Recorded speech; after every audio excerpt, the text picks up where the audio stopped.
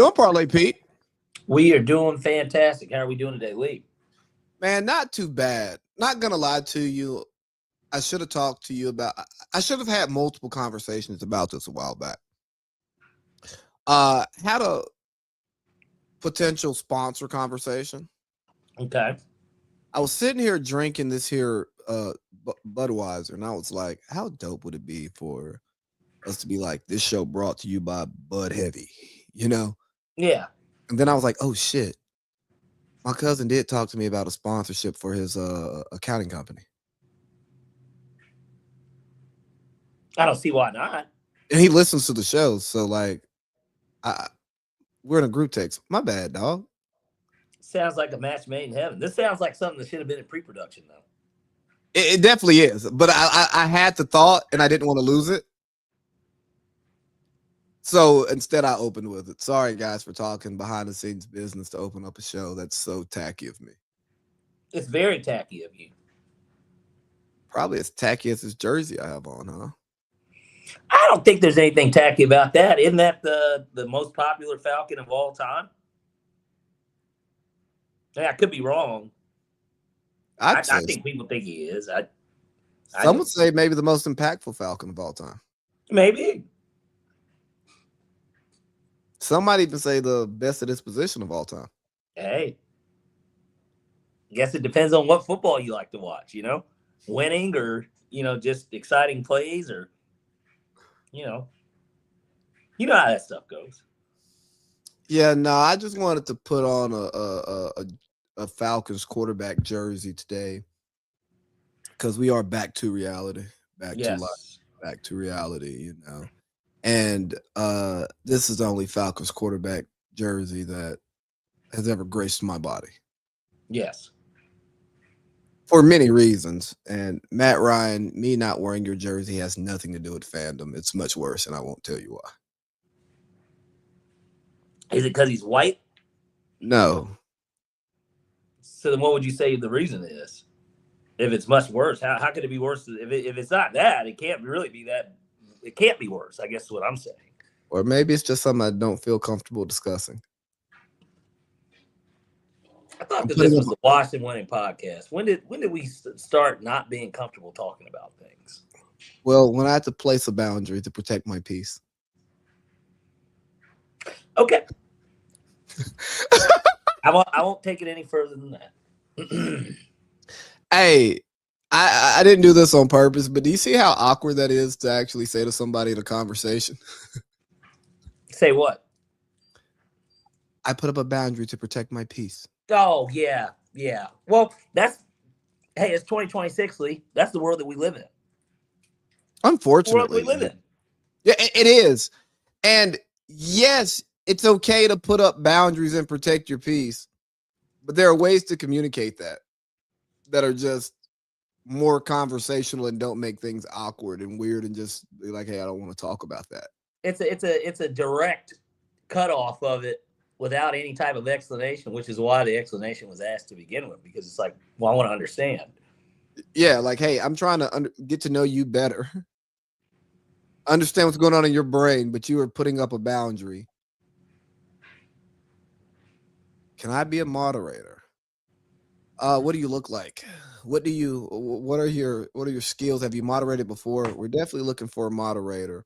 But if we're being honest, we're looking for a woman that to moderate the show, and Nora definitely comes off as a woman. And we're looking for a nice-looking woman who knows her stuff. Translation: do you have a fat ass and a nice face or big titties? No, that's really what you ask when you start. You don't have to have all of those things. We're just looking for a nice-looking, smart woman to help keep us on track.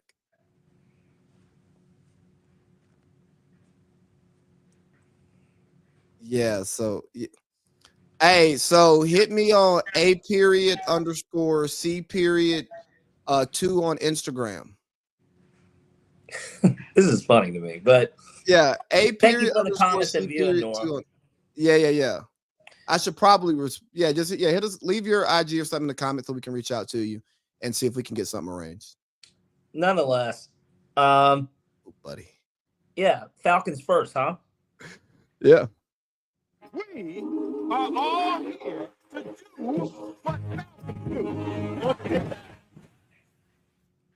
floor is yours, sir. Yeah. Obviously, we spoke about last week being in that because last week was our first show of the year, right? So, naturally, with the NFL season progressing, now you get into interviews and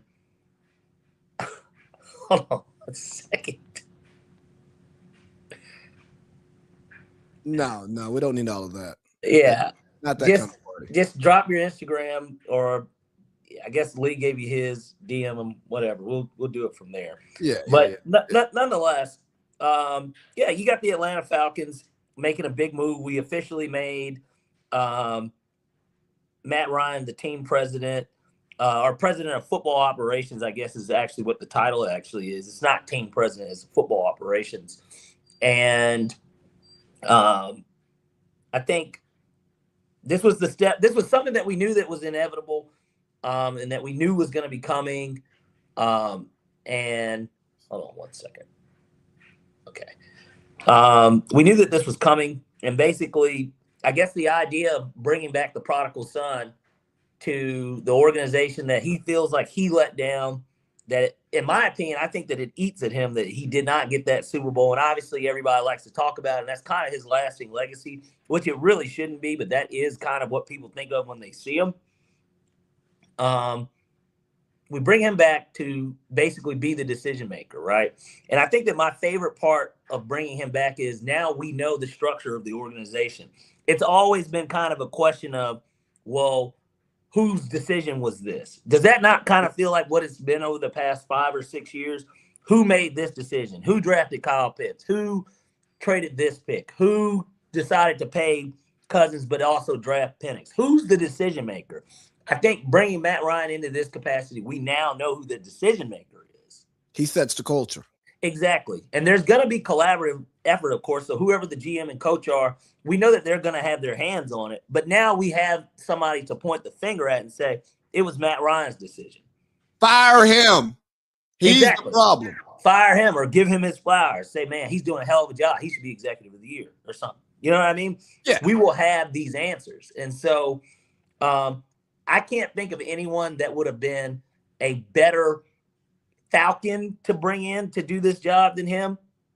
And then the fact that he's not that far removed from the game is another thing. And then the idea that, a lot of people consider the Falcons job being the most attractive job. This idea that we've got somebody that's coming in that played the quarterback position, so leader on the team, certainly knows how to take the scrutiny, but also knows how to take the praise. And then, of course, that being the one thing that a lot of people look at the Falcons and say, if there's an issue with that job, that is the issue right now. It's quarterback, right? That would be what some people would say. I am still on the Penix bandwagon. I don't think that I can't give up on him yet. I don't understand why everybody's saying that. Injury is a concern, obviously, because it's the third ACL injury in 5 years. But I'm not off the bandwagon on it yet. Like, I don't understand why some people are like, they don't have a quarterback. It's like, we don't know we don't have a quarterback.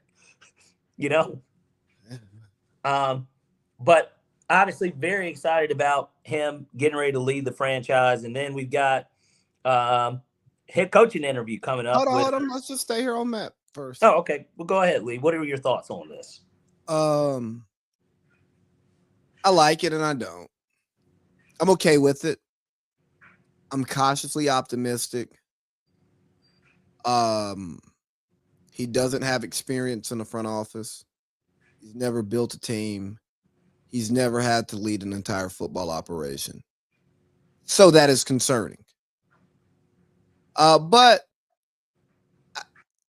we'll see when he starts to make the staff hires. He has to hire a GM. He has to hire a coach. And that's going to tell us a lot.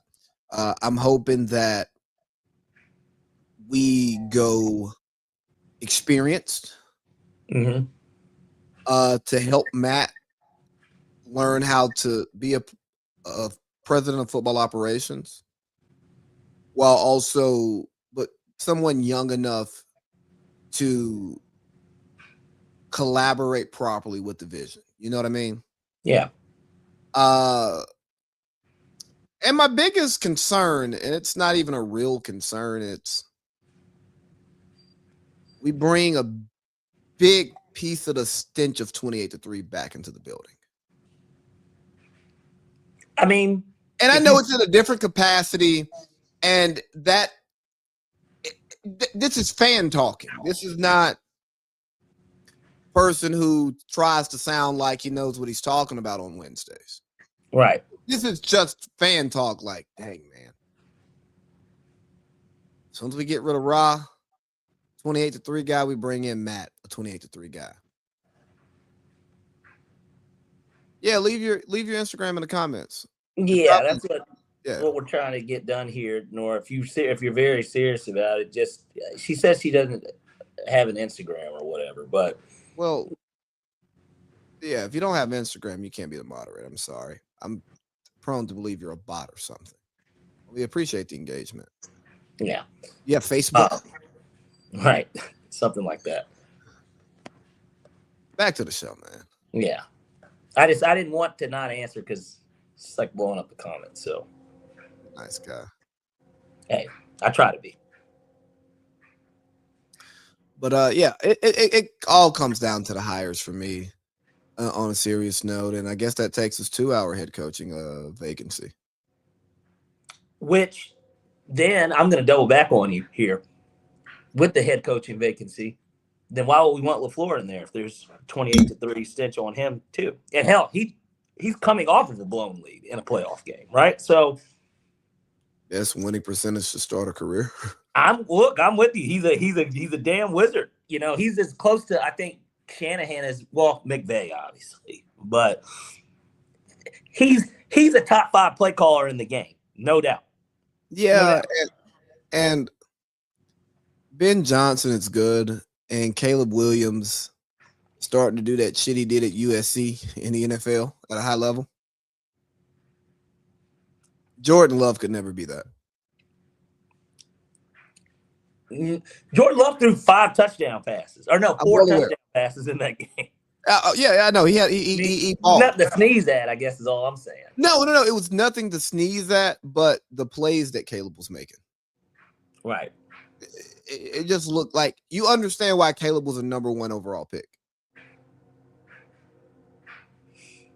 Yes, that, and then let's just, one of the things I hated about what LaFleur did, and I know we're going to get to the playoffs, but one of the things that I hated about what he did specifically in that game was he took his foot off the gas, and they did keep running the ball. They weren't getting any results running it. But every time they threw it, they literally got results. And it's just kind of like, hey, just don't run the ball then. I mean, they're not stopping you from passing it. So let's stop having these empty possessions of run it up the middle on 1st and 2nd down, then try and make a throw on 3rd down, and hopefully we can move the chains because you're giving them that momentum that they need. You already missed the kick on the way into the half. And it just, I don't know, there was a little bit about that I didn't like. But at the end of the day, players play coach's coach. So it's a tough spot, man, because you got to eat time too. And what's that balance when the run game isn't going? Because a run play still helps you, even when you get a yard. It may be it may be the toughest coaching spot to be in, especially in a big moment. Having a lead, a big lead. Yeah. If you're up, if you're up 2 scores, you're up 10 steadily, it's easy to maintain that, make it 17, make it 24. You know what I mean? But when you make it 21-17 early, it's hard to maintain those margins because you want to eat clock.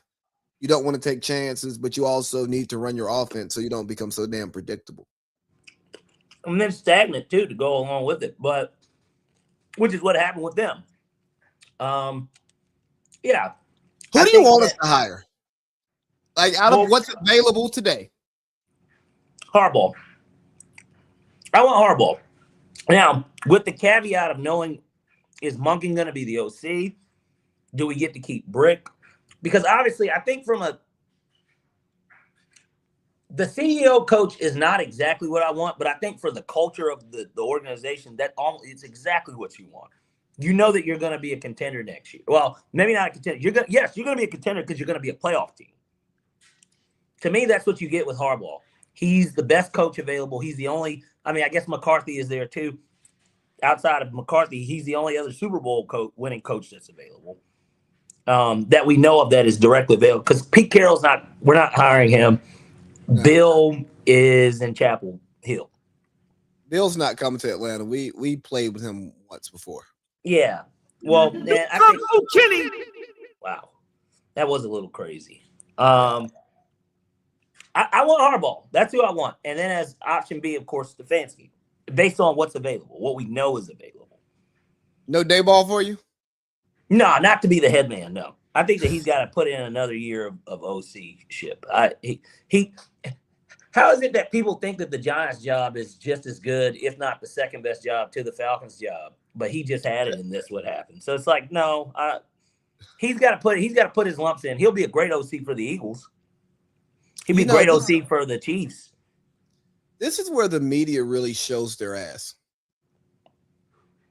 When we're in the coaching cycle and they're bigging up a job and they're bigging up a candidate, but that candidate got fired from that job.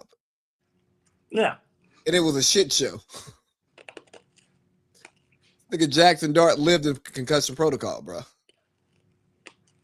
Hey, look, he didn't want him to live in there. That's why he got his ass out there once Russ threw that incomplete pass. He didn't want him to live there. He just did. I mean, his play call say otherwise. Well, I call it reckless abandonment because that's the way that Jackson Dart likes to play. You know, coaches are supposed to, protect players from themselves and get the best out of them. Yeah, but if you're a quarterback and you don't see anything because you don't have any receivers that can get separation except Wan'Dale Robinson, you can't throw it away every play. You got to make something happen. Get you in the blue tent.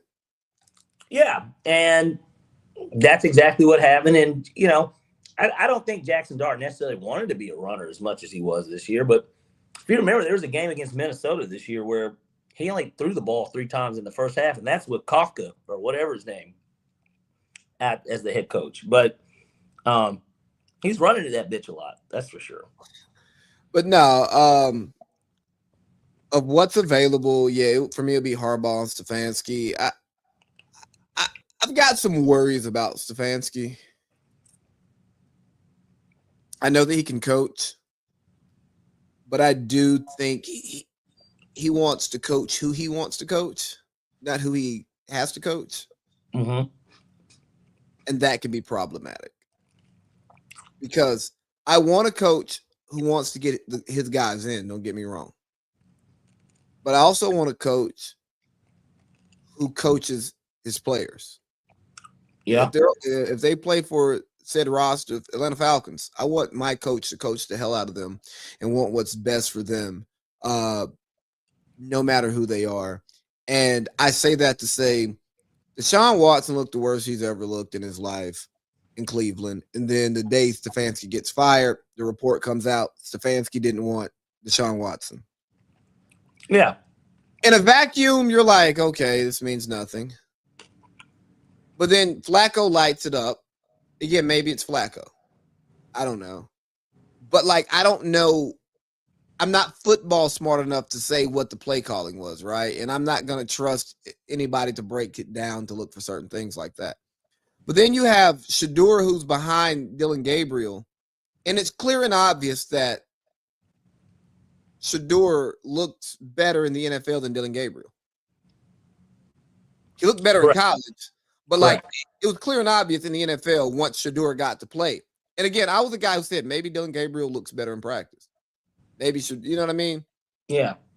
But we know he didn't want Shador, and it starts to be like, and shit, he ran Baker off too, Yeah. It's like, Kevin Stefanski, there are players who, Deshaun looked good before he got to you. Baker has looked better since he left you. Yep.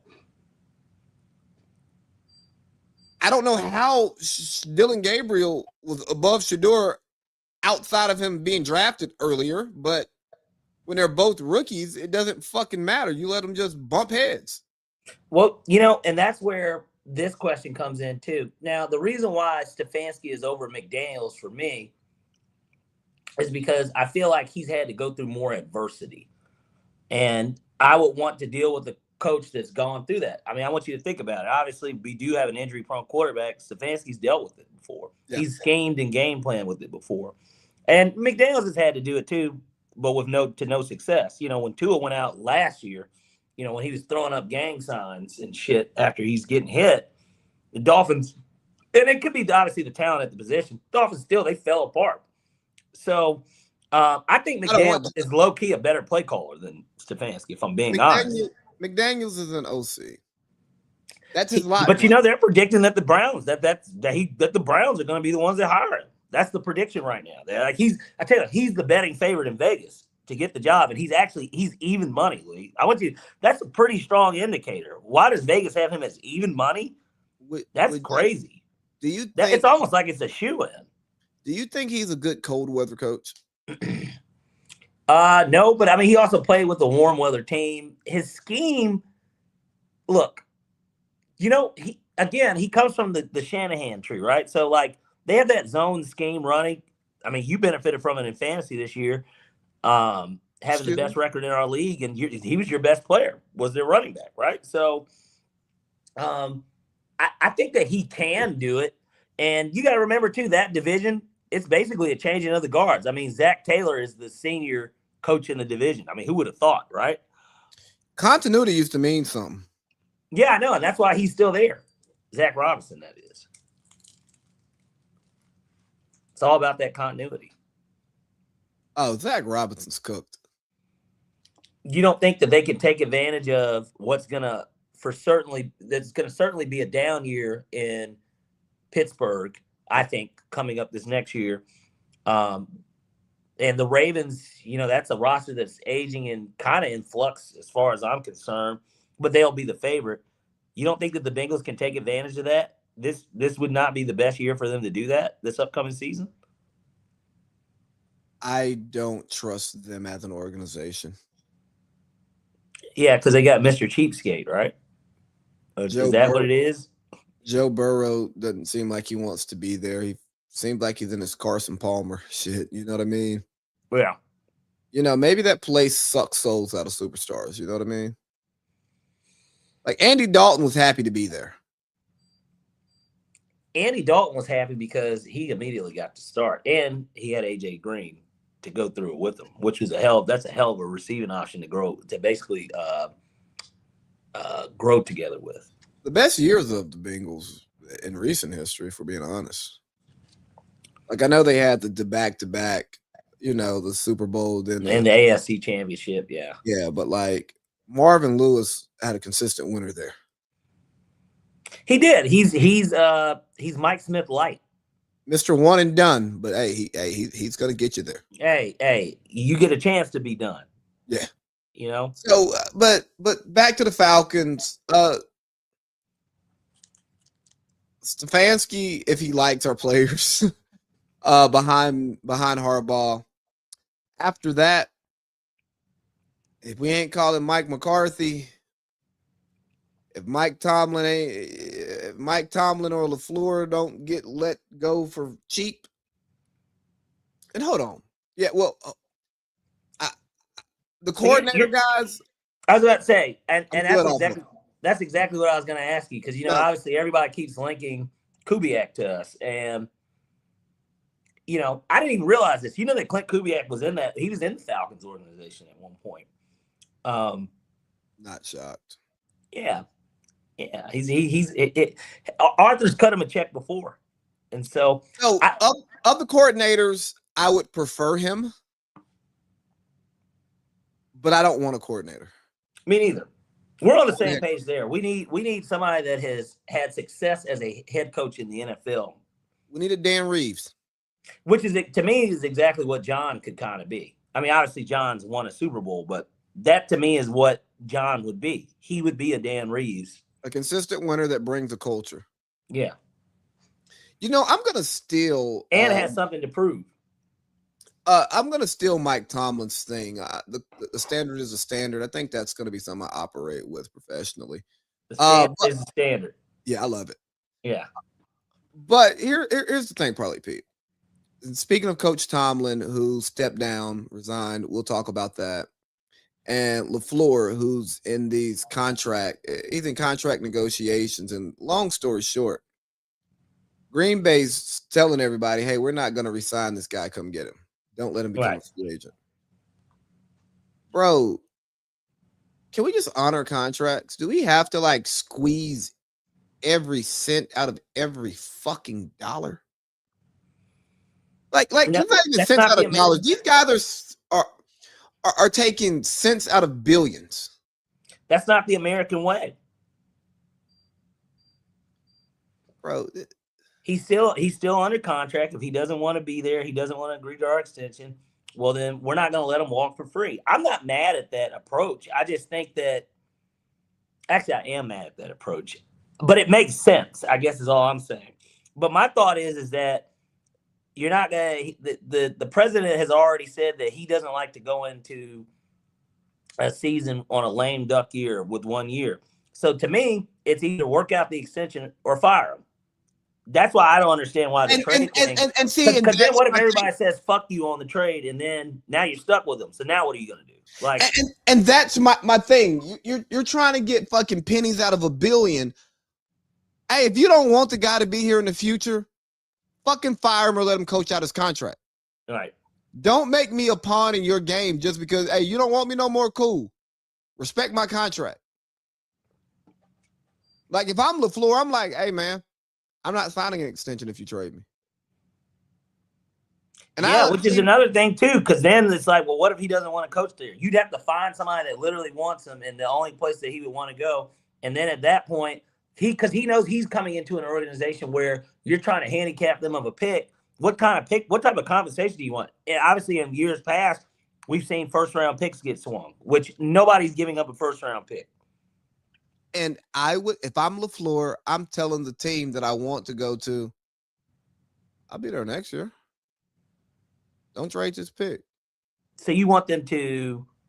If I'm LaFleur, I'm going to try to strong arm back because this does not need to become the precedent. You know what I mean? Like with Mike Tomlin. Cool. Yeah, what's up, Vol? Oh, what's up? Oh, my bad. I don't have my glasses. That's what that says there. Yeah, like I didn't have my glasses on. I thought that said WAP, and I was just like, oh yeah, I'm good. Yes, Fifth River, if you listen in a little bit, we're going to actually get into the playoffs. Just stick with us. We're just trying to go through the Falcons here real quick. And what was I talking about, man? You're talking about LaFleur and squeezing pennies out of a billion. Oh yeah, and even with like Mike Tomlin, right? It's like, hey, he resigned, so they still own his rights for X, Y, and Z. Period. All right, let the nigga go. Yeah, you don't want me here. That's why he resigned. They let him resign, so it looks like it's his decision. But nah, because they could have just fired him. Yeah, fire me. Don't try to stop me from moving on to where I want to go without damaging them. I understand it's competitive amongst you owners in the league. But at some point, labor has to stand up for themselves. No, I 100% agree with you. And maybe that's something I'm sure that they've had in discussion, because we always talk about the Players Association. We never talk about, well, what is the coaches? You said we only talk about the who? The NFLPA, right? Like, oh, that you mean the owners union. Well, I'm just curious as to how it works with the coaches, because I'm sure that they have their own union, but nobody really ever talks about how the coaches, how does that work? Well, we got rid of, ESPN, the magazine. We got rid of, a lot of the written stuff and journalists, You think that's sexy? You think Steve could talk about the coaches union for 20 minutes? No. I don't think that Steve can talk about anything but Charlie Kirk catching footballs. Let's look at his Twitter search. Yeah. Oh. His YouTube algorithm. Let's look at his likes. That's what I want to see. But now Steve doesn't like He sends DMs. Well, he's got to catch their eye some way. Yeah, he's discreet. You Maybe think he he sends you a think he guy. sends the NDA with the DM? No. I think Stephen A. probably has somebody do his DMing for him. So you think he's got an assistant that works for him around the clock? Because it's not going on while he's on TV. So that assistant wouldn't. I think You think he has it almost like a publicist or something? I think Stephen A. And I don't know the guy. I've never seen him in person. I just don't like the way he speaks. You never seen Steve in person? No. I think that Steve over insulates himself with staff, so that when you see Steve, you have to deal with his staff. Like I can see Steve showing up to ESPN LA with security. Yeah.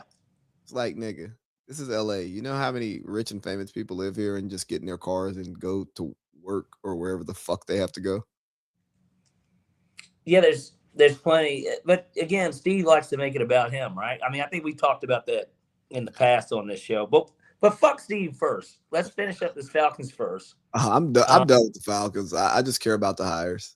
Well, it's looking like, obviously, like I said, we got this trio of what we're hoping is Matt Ryan. It sounds like Ian Cunningham, which it sounds like he's regarded highly in the Bears organization and around the league. Hey, Ryan Poles, put some respect on his name, dog. Hey, and another thing, real quick before we hop off of this, pause, is Kung Fu Kenny. Yeah, of course. Is I think that's what gives us slightly an edge with Harbaugh, outside of the fact that, I don't know, we're so much more fucking talented than the Giants, is you get to come in with Matt Ryan and whoever the GM is going to be. Everybody's on the same page. With the Giants, they still got Shane. They still have their GM there. And the guy who let Saquon leave? Yeah, and regardless of how much they think that it's going to align, at the end of the day, he has his way of doing things. They should have shown him the door, but they weren't going to do it. And I get it, I guess, because they feel like they hit on this draft class or whatever. You got Malik Neighbors, people talk about fucking goddamn Michael Penix. At the end of the day, Malik Neighbors played just as many games as fucking Michael Penix damn near has. So I don't. Neighbors looks better. Michael Penix did not look bad. If we look at Michael Penix's numbers, his completion percentage was dog water. But I don't want to look at his numbers because I watched most of his games. I know, but I'm just saying, even from the outside looking in, if you're somebody that doesn't watch it every Sunday, again, which it shows in the stats anyways, I think that he's been inaccurate, but outside of that, I don't think that he's hot or cold, right? Like, he had a great he is who kept us in the Tampa game to start the year, the first game of the year. It was him. Up or he's down. Right. And then you'll have a game like the Carolina game where you're like, man, what the fuck was that? Like, Carolina game number 1, that is. Because he got hurt in Carolina game number 2. But we also had a 15-point lead in that game, too. Bro, Bijan had 2-0 games and still had 2,200 yards from scrimmage. Yeah. And made 2 all-pro teams.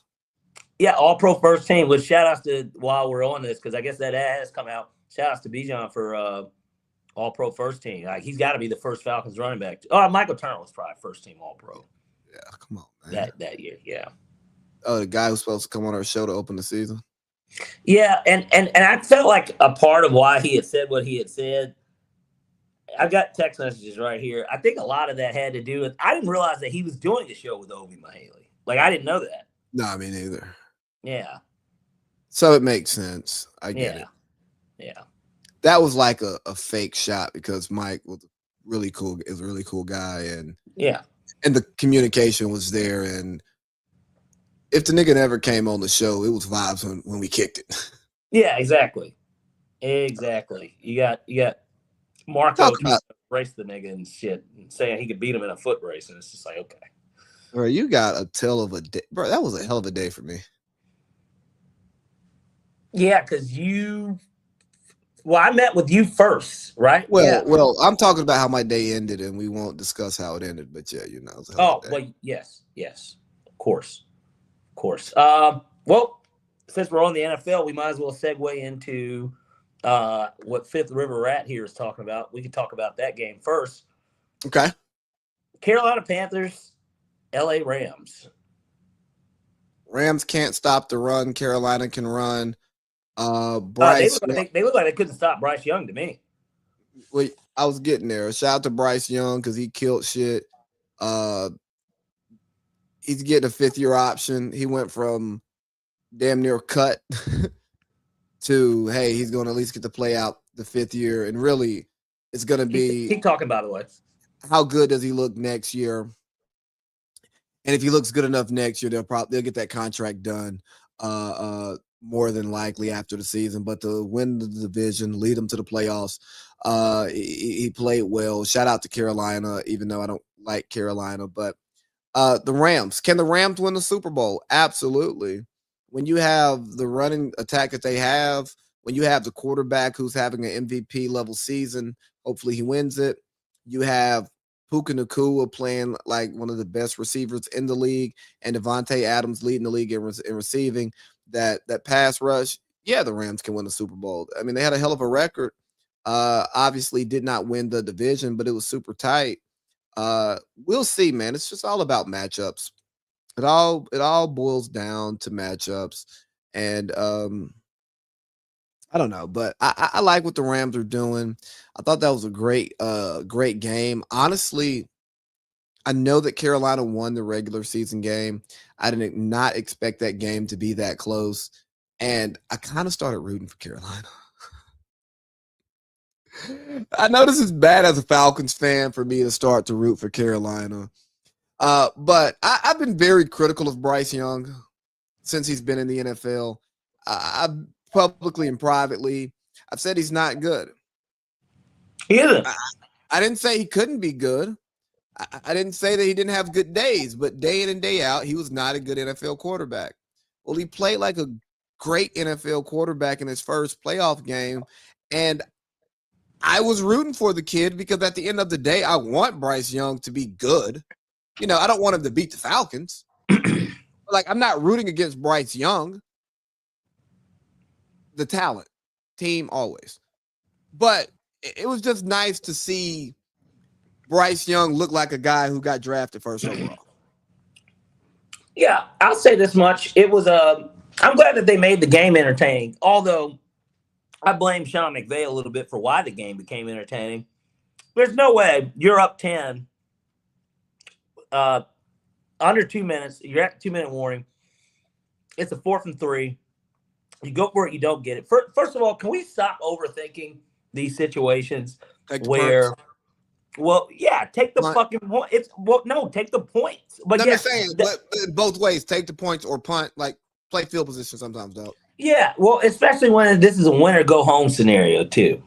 And it's just kind of like, well, why wouldn't you just score more points, go up 13? You're already getting the ball to start the second half. I don't understand. You do that, you don't give them any momentum. They have to come out and try and drive. Now they're down basically 2 touchdowns. I don't understand. I don't understand why you wouldn't just take the points. It wasn't 4th and inches. It was 4th and 3. Just kick the fucking ball. And so that you don't have the spreadsheet. You don't have the spreadsheet, man. Yeah. You know what I do have, Lee? I've got fucking football knowledge of watching this shit. You know what I mean? That's something that I expect to hear out of a Josh Holsey. These box score Holseys. And so I don't know. I'm glad that it ended up going that way because it did make for a very entertaining game. Maybe the best game, which we had a lot of good. Well, that Bears game was damn good too, but still, definitely one of the better games of wild card weekend. Yeah, man, it was good. Real quick on your spreadsheet, guys. The point of the game is to score the most points. And here's what the NBA catches a lot of shit because it's a spreadsheet league until 100%. until the playoffs. Then it's a basketball league again. Hey, Sean McVay, it's the playoffs. It's the football league now. Our spreadsheets and our probabilities over a 17 game season? No, nigga. Every play matters. Every drive matters. Like, I was watching the Monday night game and just listening to Peyton, Eli, and Big Ben on the Manning cast just talking about the intensity, the tightness, you don't want to make a bad play because you feel every play mattering. You know what I'm saying? Like, yeah, that's what the Manning cast is about. You know, basketball, y'all got to find a way to do something like this. But ESPN, ABC, the Mannings, they do Omaha Media Productions, whatever. You know, whoever really puts that thing together, if you have a good game in the fourth quarter, you are going to learn some good fucking football listening to the Manning cast. And I know it is hard to turn off Tony and Joe. Oh, I mean, Troy and Joe. Golly, fuck Tony. It's hard to turn off Troy and Joe. But just the football shit that they were talking, and then the jokes back and forth with each other talking shit. Like, Eli threw out a little, hey, man, you know, over so-and-so years, it was Tom Brady, Big Ben, and Peyton Manning in the AFC Championship or whatever. I guess you guys are scared to play me. He was like, the 2 years I get in, y'all scared to play me. And it's just shit like that. And it's like, Eli knows he's not the quarterback that they were. But they all got the same amount of rings. And he beat GOAT in years that they didn't. I mean, they had to beat GOAT too. Yes, obviously I know, not for a Super Bowl, but they had to beat him to get there. But theirs. You know what? This is why I understand Eli Manning in the Hall of Fame, even though I don't agree with it. He can talk shit with anybody. You know, kind of like he's like the positive Isaiah Thomas. Not as good as Isaiah Thomas. But you know how Zeke can really be like, yeah, nigga, I beat Magic, I beat Mike, I beat Larry. Like, I guess the question is, do we weigh the playoffs more than regular season? The media does. How do you think MJ built up this fucking legacy? 6 for 6. But that's different. When you're talking about the greats, yes, that's what they compare themselves to. But when you're not a great,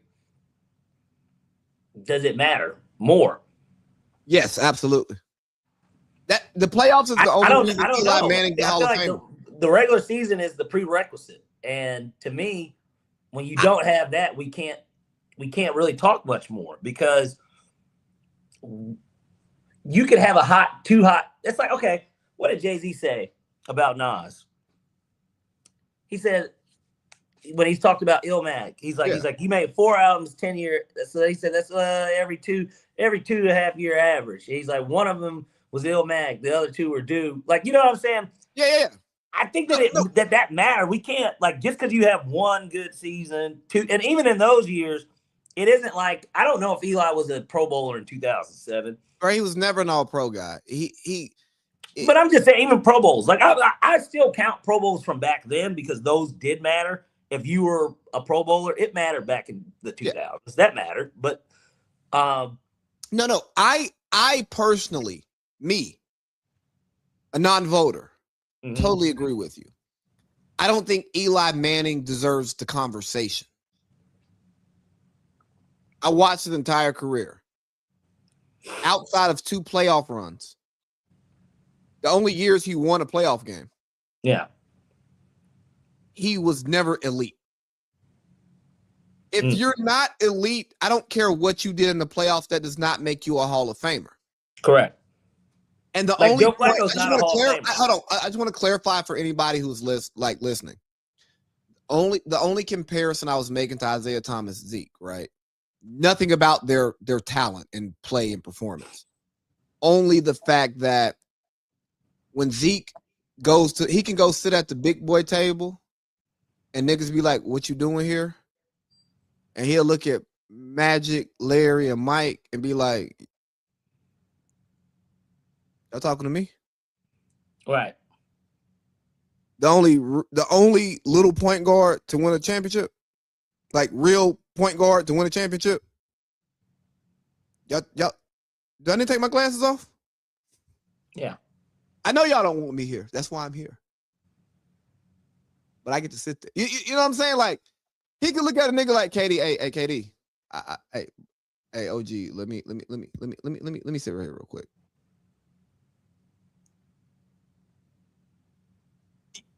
You see what I'm saying? Yeah, I get it. So Eli, he gets bumped up because of who he beat in the playoffs, the Super Bowl.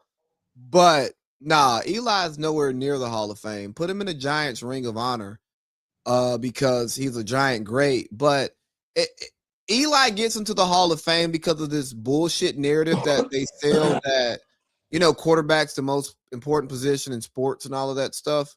And building up the quarterbacks, and that's why they pay the quarterbacks all of this money. Yep. Look at Joe Burrow. Not this past season, but the year before. Joe Burrow had MVP numbers and didn't make the playoffs. But you tell me quarterback's the most important position in sports. Stop. No, it's not. It's not. Trent Dilfer won a Super Bowl, and I know the NFL is different. So did Brad Johnson. I mean, but like numerous guys that have done it that aren't all. But look at the Steelers, and we can kind of go into that game, or really Coach Tomlin, because that's the only important part of the game. Mike Tomlin hadn't won a playoff game in 10 years. Mike Tomlin hasn't had a playoff winning quarterback performance in any of those games. You know what I mean? Big Ben at the end should have played better. Like that Browns game, we blame Tomlin, but you mean when they were down? What are they? They were down 28-0 to start that game, weren't they? Yeah, they had like 3 first half turnovers. Yeah, like one was a bad snap. All courtesy, but still all courtesy of the quarterback as well. Exactly, and that has nothing to do with coaching, right? And then that quarterback is a fucking Hall of Famer, first ballot, 2-time Super Bowl champion, Pittsburgh legend, a legend in a legendary franchise, the second greatest quarterback in that franchise's history. Loyal franchise who's only had 3 coaches, now about to have their 4th. Do you really think they're going to give Big Ben the boot? Even like Bill Belichick would tell him to go. We know that. Right. But do you think the Steelers were ever going to like give Big Ben the boot before a contract ended? No, there was loyalty there, unlike the Falcons with Matt Ryan. Right. But, so the Steelers are a loyal organization. So they couldn't kick Big Ben out when they needed to. And because Mike Tomlin wins so many fucking games every year, he wasn't going to get a good draft pick, and it's hard to get a free agent quarterback to be your franchise quarterback. Right. So I say all of that to say, you say quarterback is the most important position, but the Steelers have performed in the top, 10% of the NFL, and they haven't had good elite quarterback play since the Killer Bees were there. Yeah. So is it really is it the most important position? I don't know. It's easy to say that to a novice, but it's too many people. It's 22 people on the field at one time. There are a lot of variables, but that's exactly why I think that Drake May should be MVP over Matt Stafford, because of moments like we had on Saturday where Matt Stafford's going against the Panthers. And I'm sorry, guys, if I just keep shitting on the Panthers. I don't think that they're a good fucking football team. I don't think that Bryce Young ever plays in another playoff game in a Panthers jersey again. That's how bad I think of this organization. And kudos to Dave Canales for getting them there and having them prepared for that game. But there's no reason why Bryce Young. Could we have hired him? What's this? This is year 2 for him. Yes, yeah. This is year 2 for him because Liam Cohen's in year 1 and they succeeded each other coming out of Tampa. But we could have had him. But honestly, I wouldn't have been happy with hiring him because even in our last coaching cycle, we literally talked about how we were like, we need to hire a head coach that has head coaching experience. Yeah, no, I'm just throwing out another coach who made the playoffs that we could have had. I ain't talking about the guy with the MVP and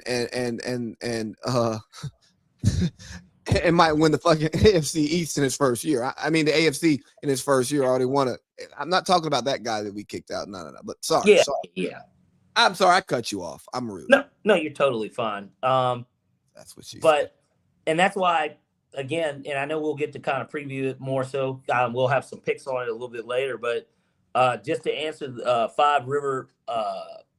Fifth River Rats question, can the Rams make it to the Super Bowl? My answer to that is honestly no. I don't think that they're going to go. And you'll get to hear it in the picks, but I mean, spoiler, I think they're going to fucking lose this weekend. That's what I think is going to happen. But hey, can you do that again?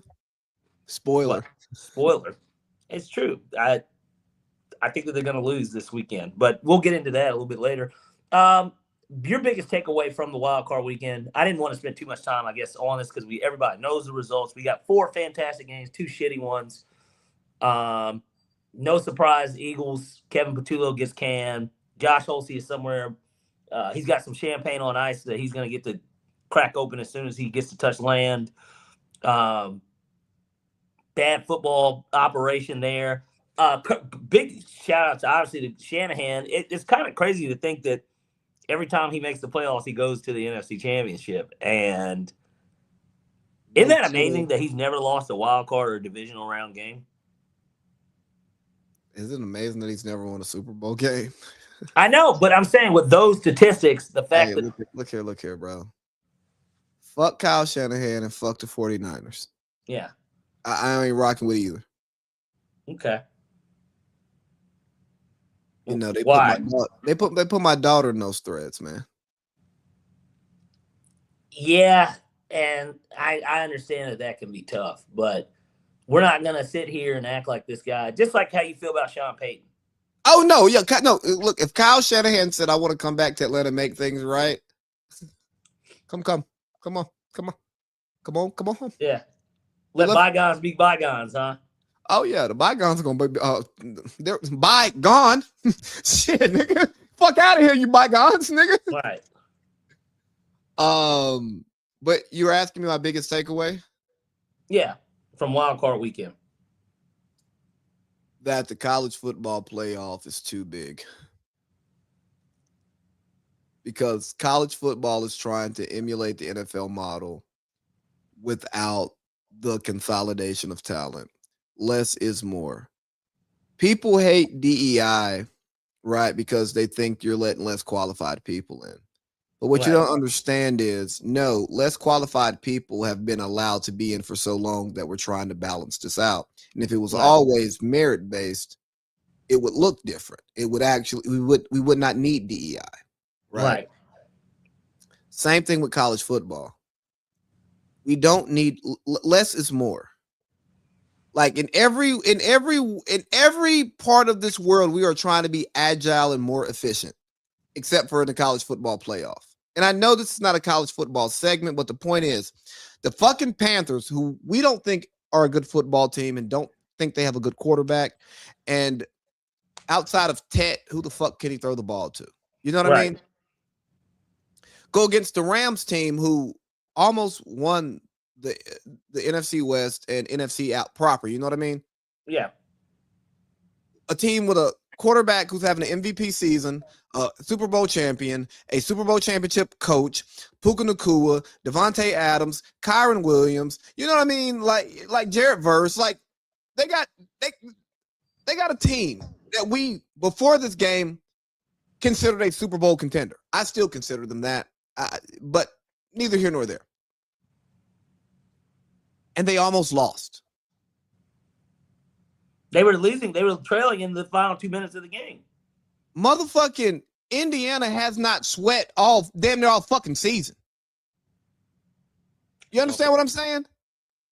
Like, semifinal game, they put belt to ass to motherfucking Oregon. Or the way Georgia did TCU in the Natty that one year. You know what I mean?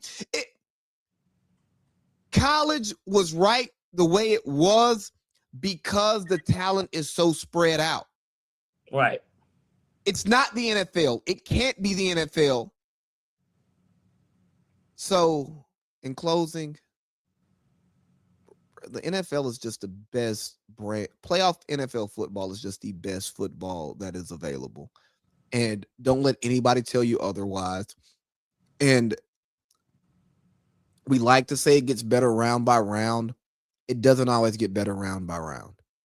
Like some of the best games are actually this week, divisional week, because the seeding matters, the place you play matters, but most importantly, the matchups matter. And the Yeah. seedings may not speak to the matchups. And Right. that's what you get in the NFL. You don't really get that in college football. Because we don't know, because we don't have enough common opponents.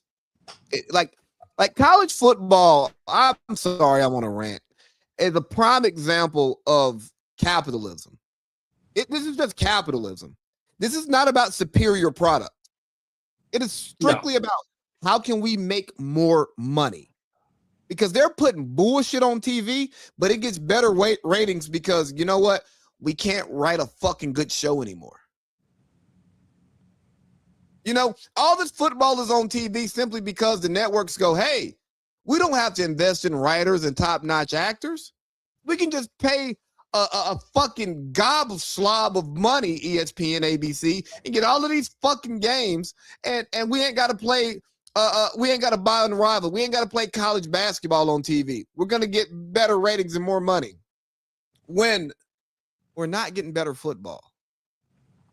Which, interesting take, and I know we're still kind of on the NFL here, but just I have to bring this tidbit in because it relates to what you're talking about.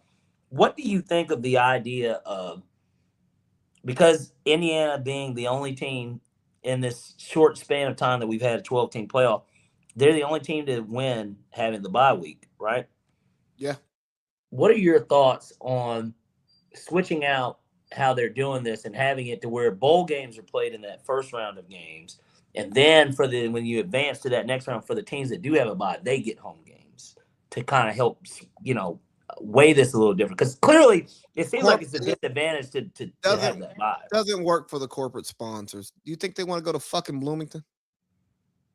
It'd probably be a scene. Hell, it was a scene here. That Oregon game was a fucking no. What? No. So Atlanta is different.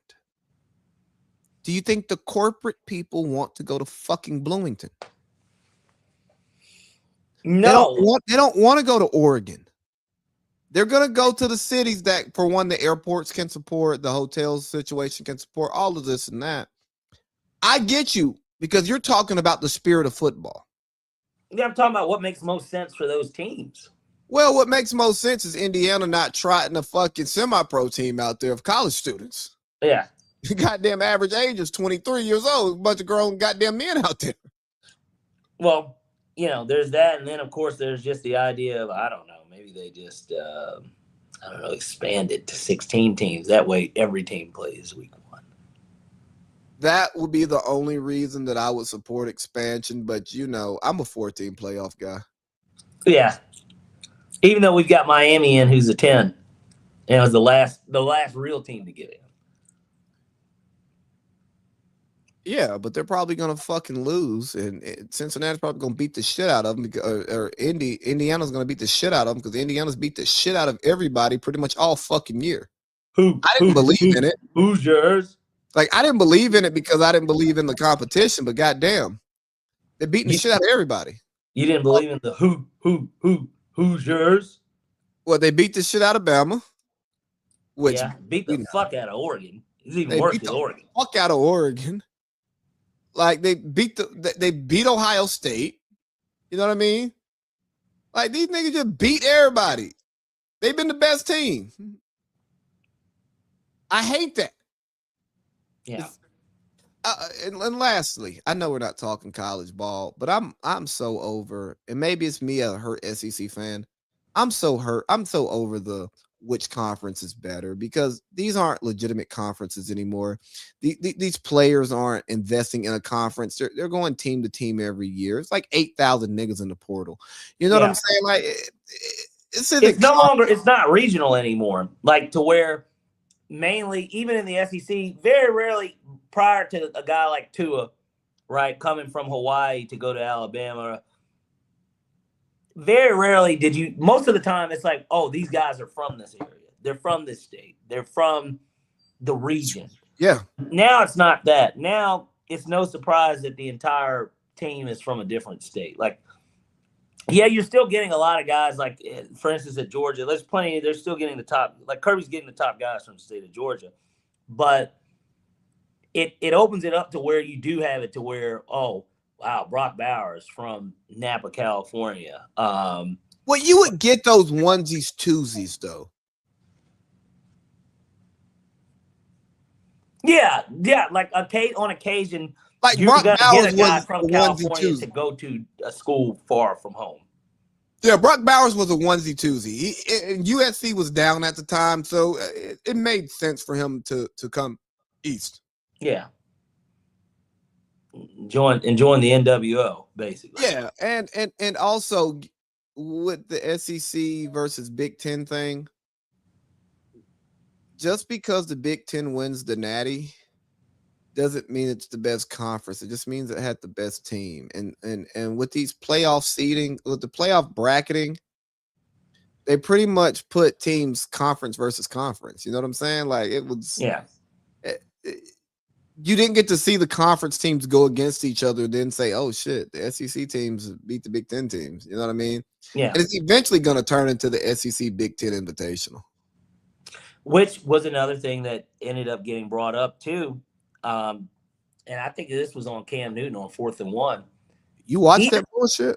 No, I saw a clip, but it made a ton of sense. He was basically suggesting, why don't, like how with college basketball, how we do have the Big Ten versus, or the SEC versus ACC challenge, Big Ten versus, Big East or whatever challenge. Why don't we start the season off that way? Have it to where, because his point, how it came up was that bowl season just doesn't matter.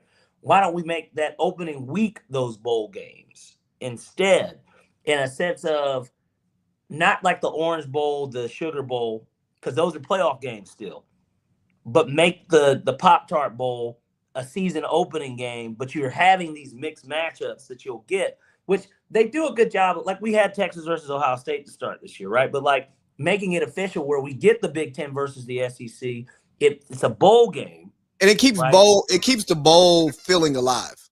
Correct. And I thought it made a ton of sense. I was like, you know what? Cam, you might be onto something. He's like, you have the Maui Invitational for college basketball, right? Yeah. Like, and the granted, basketball is different, so they have this tournament or whatever. But that's how they kind of do their shit, right? That is how basketball works. A lot of times it's at the beginning of the year when they do have these neutral site games, but it's all the top teams playing each other, like early in the season.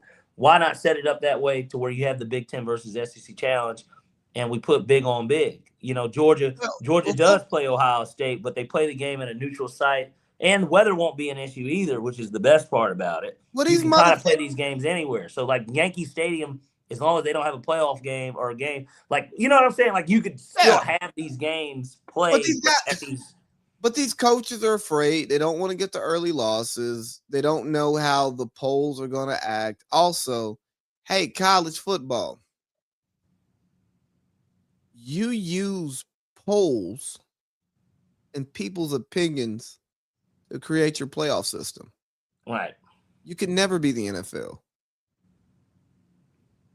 The NFL shit is scientific. Right. It's objective. Even when it could be subjective, it's objective. There's a rule for every situation. Right. College football is some guys getting in a room coming up with who should play against each other. Oh, yeah. And this is going on ABC. You niggas got marching orders. Well, hey, look, they sent Tulane and James Madison. Those games, they were on TNT because of, the deal with inside the NBA. They basically traded off, hey, we're going to show Chuck and Shaq, which I don't know. I know that they haven't really been on as much this year. Have you even been watching any of that, like, at all? They opened the season, and I watched. I don't watch the NBA show, and to be quite honest, dog, we had Monday Night Football up until, like, this. We just had our last Monday Night Football game, right? Yeah. And well, technically, we got the national championship on Yeah, Monday. right. So, That would take the place of that. Yeah. right. But so we've had Monday Night Football. So I don't watch basketball on Mondays. I record Village Vets on Tuesdays. I don't watch basketball on Tuesdays. We record this show on Wednesdays. I don't watch basketball on Wednesdays. Yeah. Thursday, Friday, and Saturday, I watch basketball, but trying to find, I have to go to the ESPN app to figure out where the game. It's really a problem. Yeah. Like the streaming thing, yes, I have all the I can watch basketball when it comes on. I'm probably paying for League Pass and don't know it because that shit is on auto renew. Yeah. But it's hard to watch basketball and it's fucking frustrating, dog. Yeah. But that's more capitalism, more money, and it becomes when you start caring more about the money, you stop caring about the product or the service. Which is the issue with the NBA, anyways, to begin with. Well, the NBA's issue is also fucking lazy bad product. But it's lazy scouting, lazy coaching. You know, it's hey, we're gonna play 5 out, and we want a 6'6" to 6'10" primary ball handler, and everybody just stand out there and let them do their thing. Yeah. You know, it's easier to build that team and find the players who can do the other stuff because it takes less skill, but you're getting rid of valuable skills while also not becoming like you're less entertaining and you're also not scoring. You're not scoring as many points per possession. Like you're not scoring like dramatically more points per possession, more points per game than other eras in the NBA who played different styles of basketball, you know? Like it's when you let the fucking pencil pushers make the decision instead of give a recommendation. And I think we talked about that last week. We got to get back to reality. Look here, dog. Nerds don't make fucking decisions. They don't. The best people, the best decision makers in the world aren't fucking nerds. Sure nerds want too much information. Dog, I'm a nerd. You know what I mean? Like, I care about the structure of things and the science behind it and how it works. Nigga, you don't want me making every fucking decision on the shit that I'm nerdy about. Yeah. You want me to give a fucking recommendation to somebody who is actually doesn't know as much about the nerdery of it and has a feel for it, who does it, has experience, and they can take the nerdery and combine it with experience to get a good decision. Yeah. You know what I mean? That's why, hey, when college niggas get jobs, they get these management jobs, but like the ship is flowing without them. Like you don't need the college nigga to actually make shit happen. Yeah. But over that time, you should learn enough to then, when you get your next promotion, be able to be a decision maker because your nerdery is back in experience. Right. Wow. I'm getting philosophical today. I've got to start watching more sports podcasts. Yeah, stop letting Jeff fucking burn you out, man. Every Saturday is fun here. What do you want to talk about next?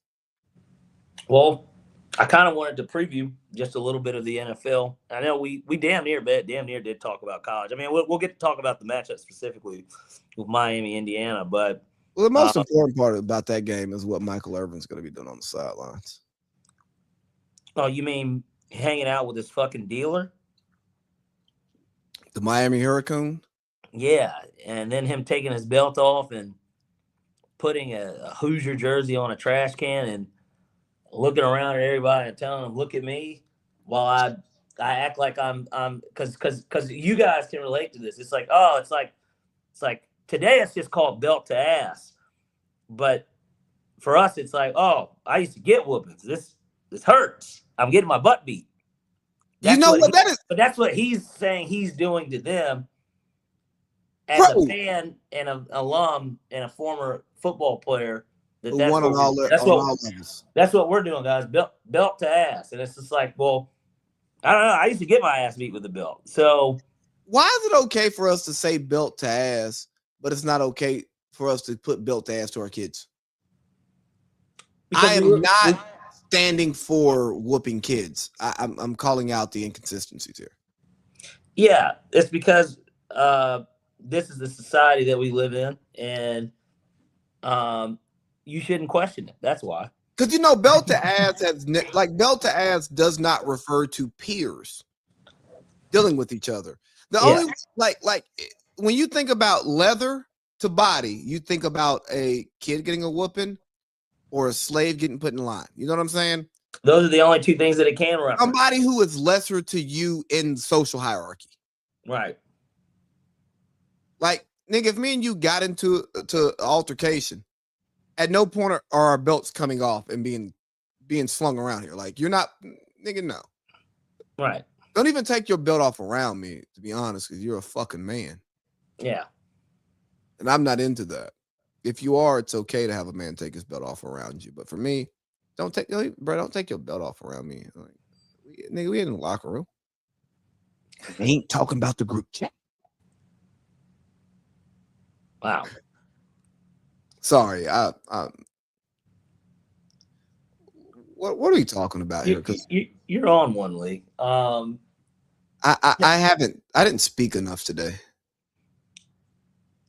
Well, I thought you spoke a little Espanol.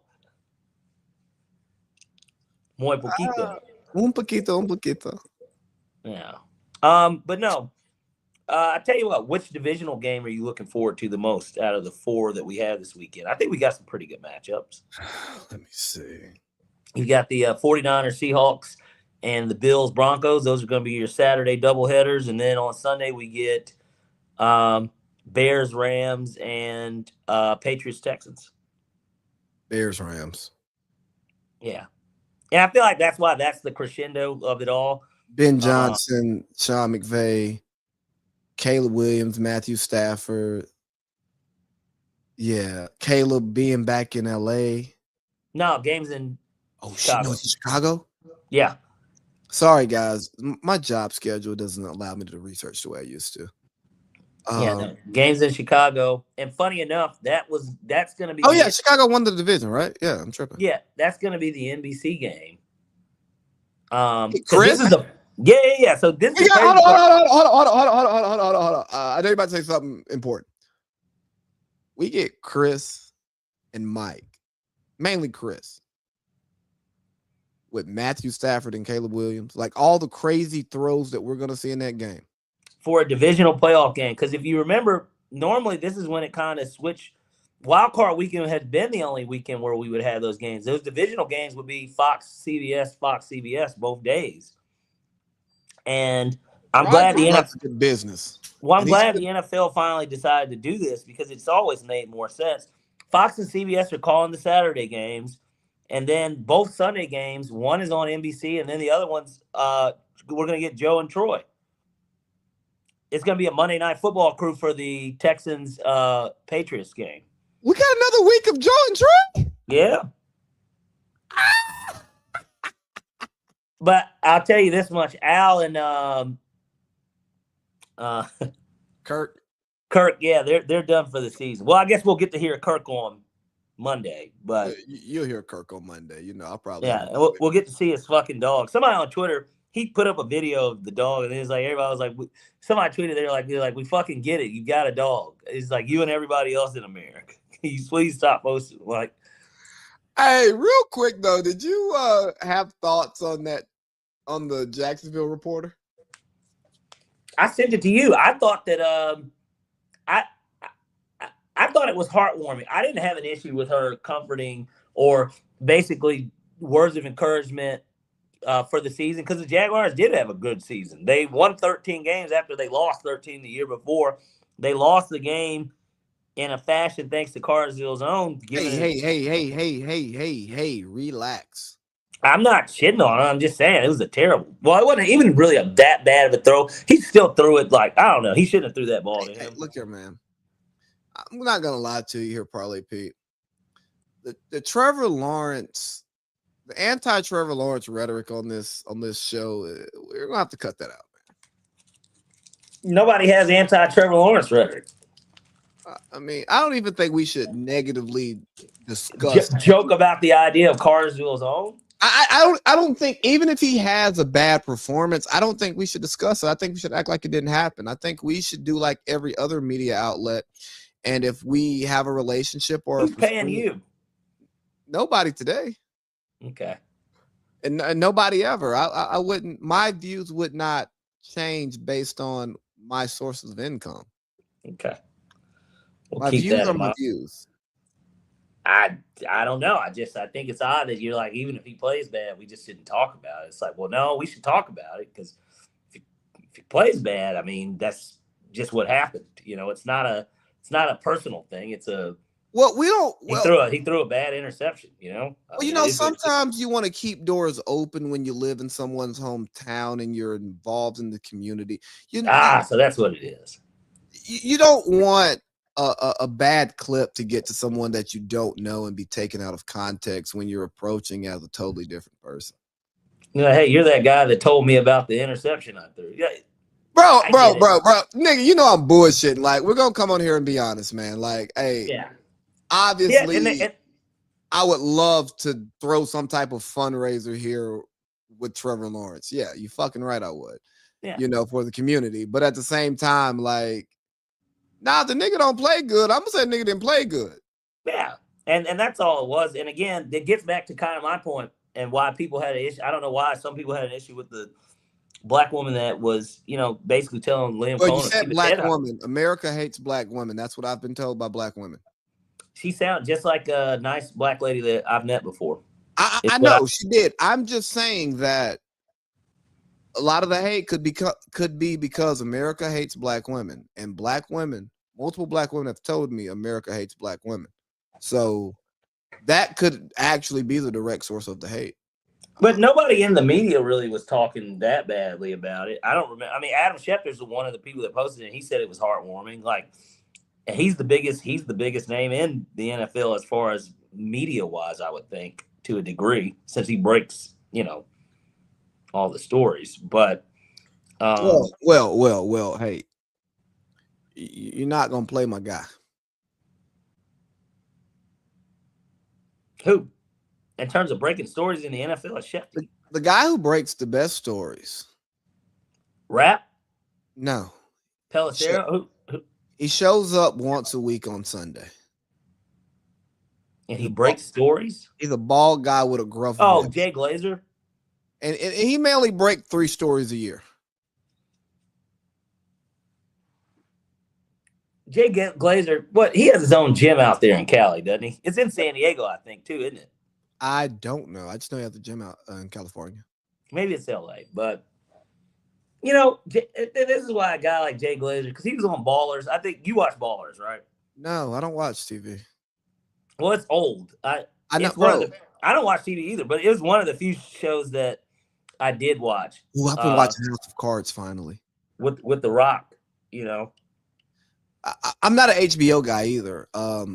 So HBO wasn't a thing in my house until like high school, when my TV was locked in on ESPN and NFL Network. Yeah. So like, nigga, I didn't watch The Sopranos until I was married. I still haven't watched it. Bro, you need to watch it. And actually, I was talking to one of my friends last night, and I'm actually planning to finish that, because I didn't finish it because that The Wire, Entourage, none of that stuff. I didn't watch The Wire either. Curb Your Enthusiasm. But I'm watching House of Cards right now, and it really has my attention. I'm actually can't wait to like get done with this show. Not that I'm rushing the show. I feel like you'd be a big Curb Your Enthusiasm guy, considering your connection to Seinfeld. I'm not gonna lie to you. I have avoided Curb because I love Seinfeld so much. And in my mind, I'm a Jerry Seinfeld fan more than I'm a Larry David fan, and I'm not giving Larry David a chance. That's a personal thing I have to work through. You know, like if I'm talking to like 2 or 3 chicks at one time, and I really start liking one, I'll become loyal, and the other 2 don't matter.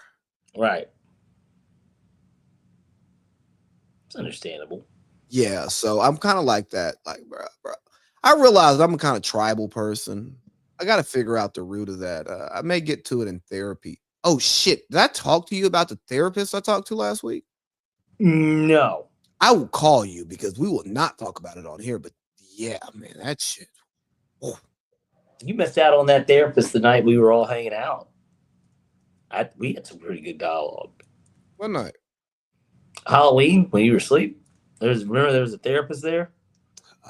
Sleep, buddy.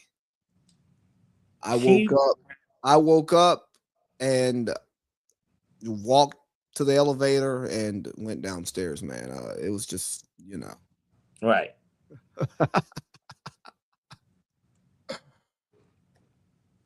Yeah, hey, you know what? You know what's really cool about this show now? What's that?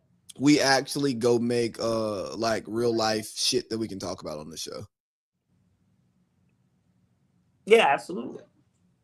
How much time do we have left? Because I feel like there's more to talk about. And what are we? We're at 121, so we got 39 minutes. Hey, I want to throw this out here. Why is Indiana having one of the greatest disappointing sports years ever? I guess you're talking straight from the Pacers to the Colts Fever? and their star. No, the Pacers. Oh yeah, the Fever went to the championship. Yeah, the Colts and their start, and now we got IU in the fucking national championship. What's going on? I didn't really look at it that way. Well, you don't watch Club 520.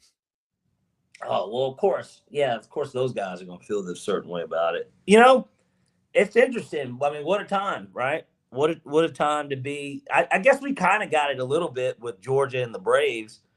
The Falcons just weren't very good, so I guess maybe it doesn't. And then the Hawks went to the Eastern Conference Finals as well during that same year that Georgia won the national championship and the Braves won the World Series. So we were kind of on fire. It was just Arthur Smith and whatever the fuck that was that we had going on. But did you see that he's a candidate for a head coaching job? Yeah, there's going to be a lot of guys that are going to be candidates. We're about to see a few retreads get hired. I mean, would you be surprised if Bob Saleh got a head coaching job this cycle? Well, they're saying it's going to Oakland. I mean, Vegas. I don't like that. I don't like that as a hire. I don't think that that's what Brady wants to do. I don't think Big Bob gets you over the hump. I think he wants to hire what's-his-face and Daboll. I think he really does want to do that. If that is true, I feel like that makes a lot of sense. I could see Bob Saleh being with the Cardinals, though. Like, you know what I'm saying? Like, do you think Daboll and B-Flow work because of what happened with the New York thing and the Bill text and then the lawsuit? That's interesting. Or and I only say that because we don't know. We know there's a coaching web there, right? And we also don't know if Bill sent B-Flow that text on accident on purpose, right? You know what I'm saying? Yeah. I'm curious as if they ever crossed paths while they were in New England, if they were ever there at the same time. I'm sure that they probably had to have been. Yeah, I'm pretty sure. Let's ask ChatGPT so I don't have to look up multiple things. Let's see. Did Daboll and Flores coach together in New England?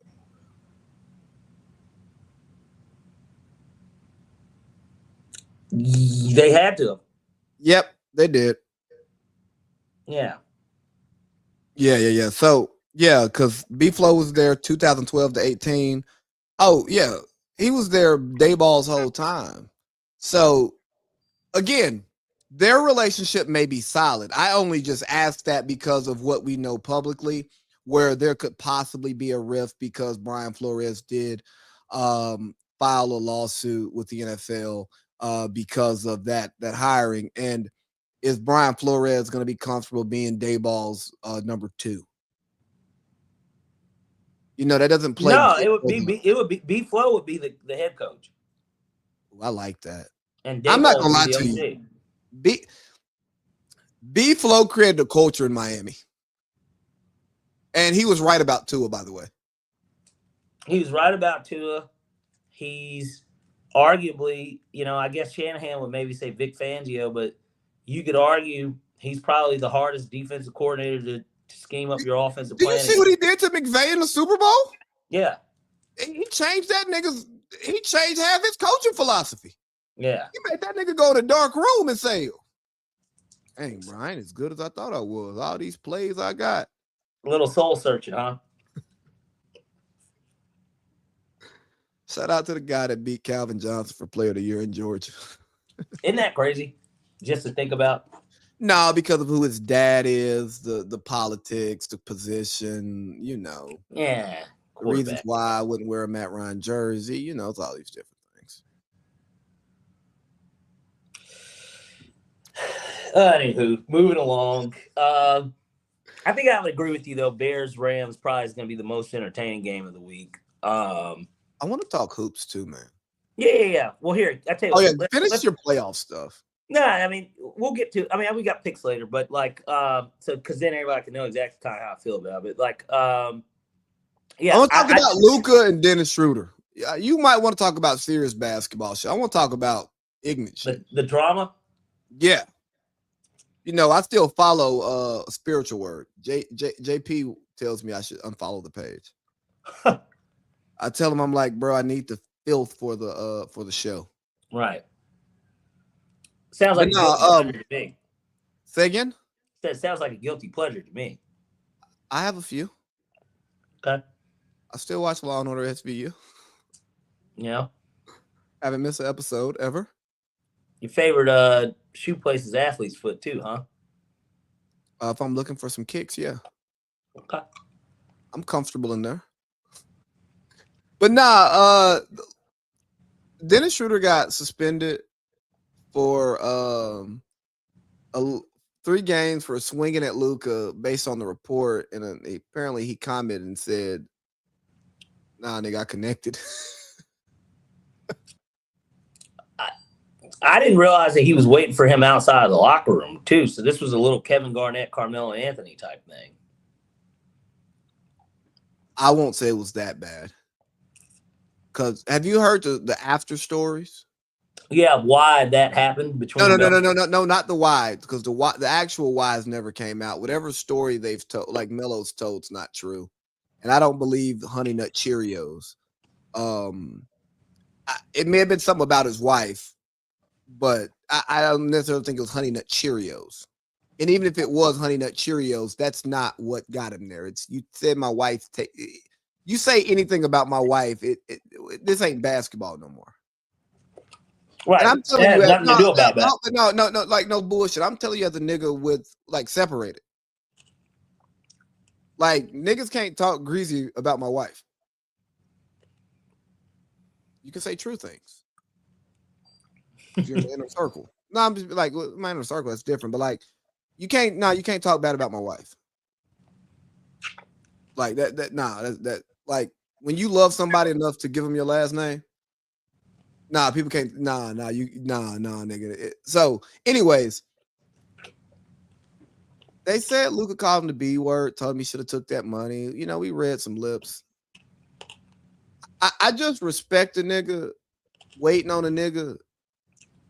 Like if we own that on the court, and you go past, like, and I'm a shit talker. I know the line. I know the line. There's a line. I know the line.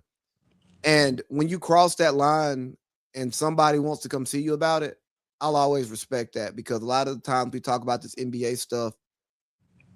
Oh, hold me back. Yeah, if you try to fight right there, it's a hold me back moment in today's NBA. But if you go wait to see a nigga when he come out, confrontation, you put your hands on him, let him know how you feel. I don't agree with violence. I'm not supporting violence, but I'm just saying somebody crosses a line and disrespects you, and then you take the appropriate means to actually address it, not yelling in his face in the game. But hey, my nigga, we need to talk after the game, and I ain't got nothing to say.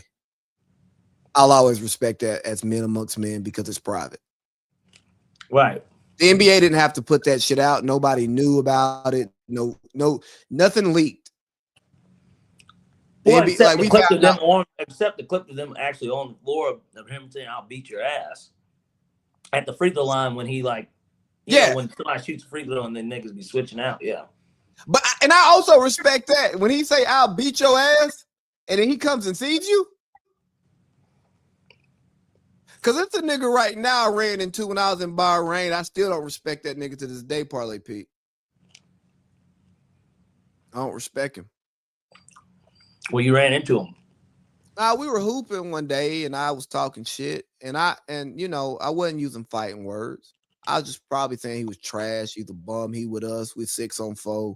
Give me the ball because he guarding me. So ain't nobody guarding me. You know, shit like that.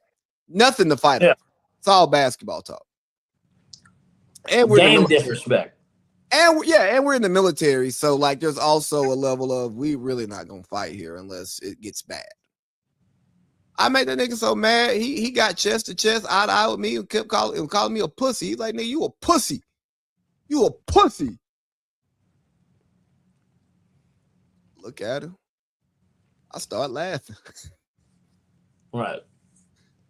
Niggas is like, hey, bro, y'all gonna get y'all man? I'm like, bro, they like, nah, he good. He doing what he want to do right now. He wants this nigga mad.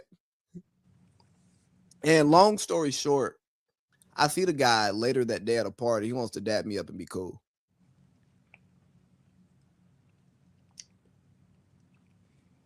No, nigga. So he didn't keep that same energy. Exactly. And you know, this basketball shit talk ain't calling no nigga no pussy, ain't calling no nigga no bitch, ain't no I'll beat your ass. You know what I'm saying? Hey, take the money, like shit like that. Hey, your wife this, your girl that. Nah, that ain't basketball shit talk. Yeah, that's something completely different. And you know, I had a conversation with a coworker today who pretty much was calling NBA players and celebrities prima donnas. And I said, I agree. But I will say that people do go out of line in how they talk to these people because they think can't nothing happen to them. So that's why I'd be happy when Russ get a nigga kicked out for calling him a nigga or talking about his family, or you call somebody a bitch ass nigga. I think, don't get me wrong, would I get a nigga kicked out for calling me a bitch ass nigga or a nigga? Right. No. But my experience is different.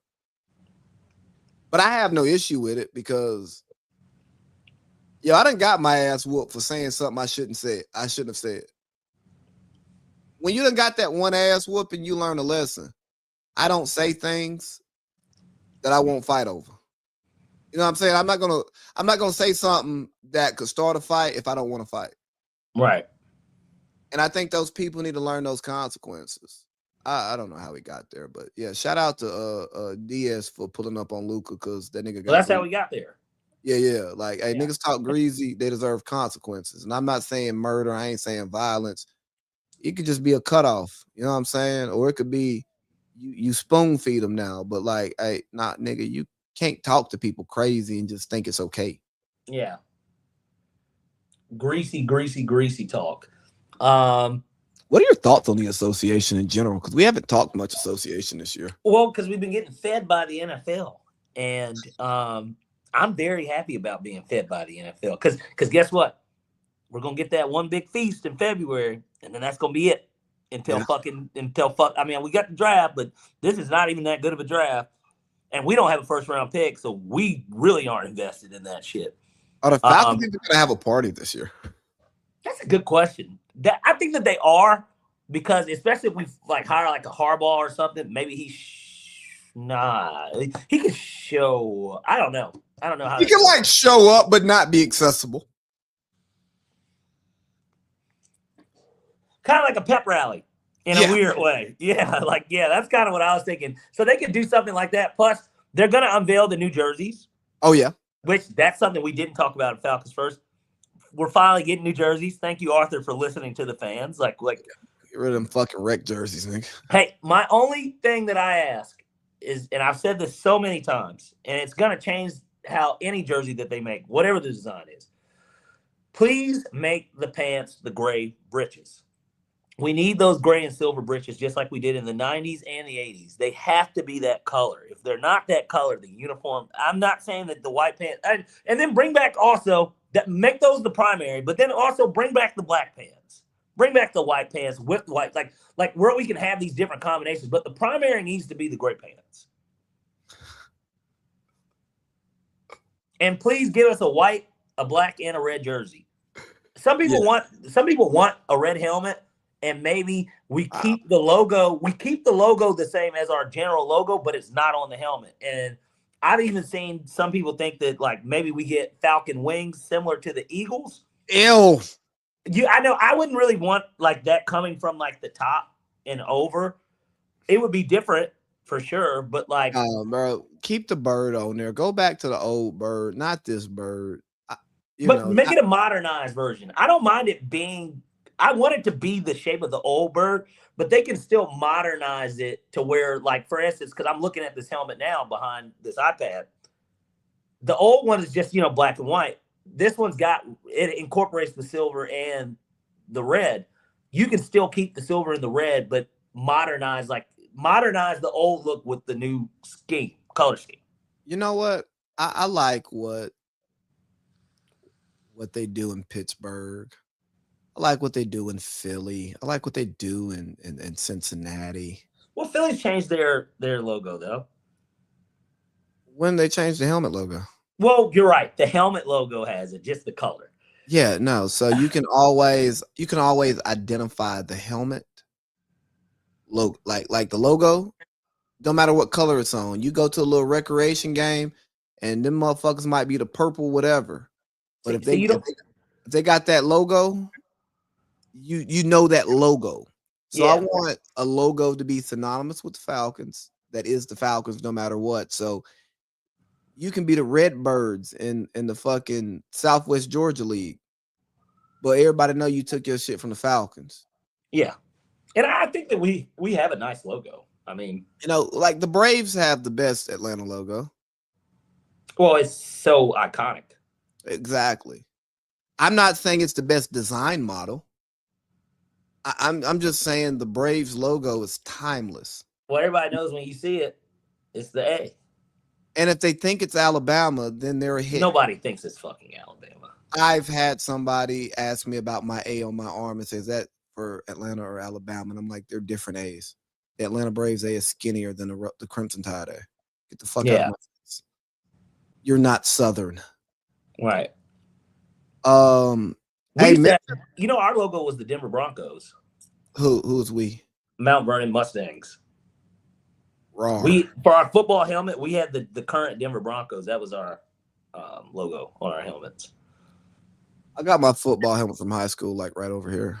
Yeah, but yours is just like a C, right? C with some cross sabers. It's some generic shit.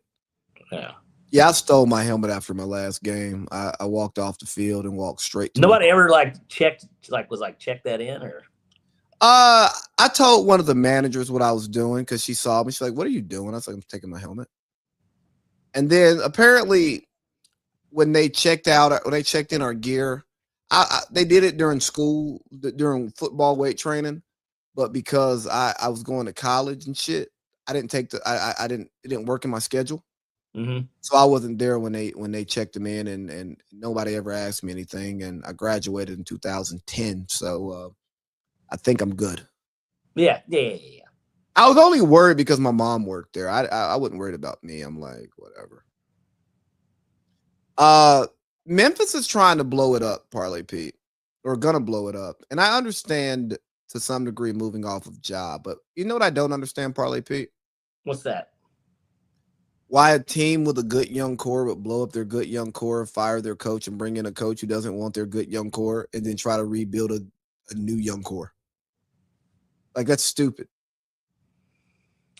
It's stupid, but it's very on par with what the Grizzlies' history has been, in a sense of outside of that grit and grind team, there is no history. So it's kind of like no man's land. And I know that they're obviously one of the newer NBA franchises, but honestly, better ran over the last 15 years. Yeah, because they were a team that was able to make a good team that could make runs, that was taken seriously in the league, regardless of having a superstar type player on the team. They never had a superstar. Ja is the biggest star that they've had, I would never trade him. Yeah. And they're going to have to. They're going to have to. Obviously the rumor is Miami. Somebody just brought this up. I saw it on Twitter. Oh, no, not about the Josh shit, but like I really want to focus in on why would you blow up a good young core that's walking into their prime to restart.